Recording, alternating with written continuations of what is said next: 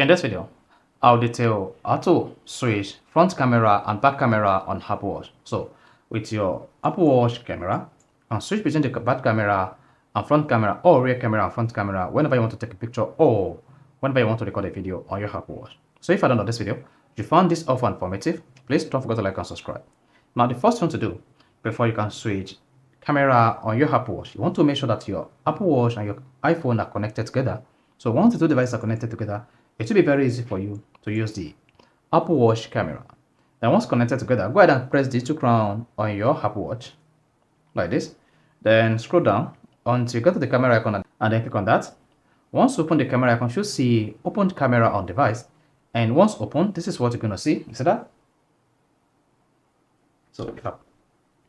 So that is my iPhone camera showing on my Apple Watch. Then once that is working, then click on the three dots at the bottom right. You just need to scroll down, and here you need to go to camera. Then under camera there is rear camera and then front camera.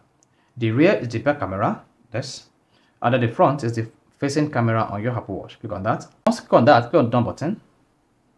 Then you should see your Apple Watch front camera working like this. You see that? So this is the front camera working on the Apple Watch. Then to use the rear camera again, just click on these three dots, select rear.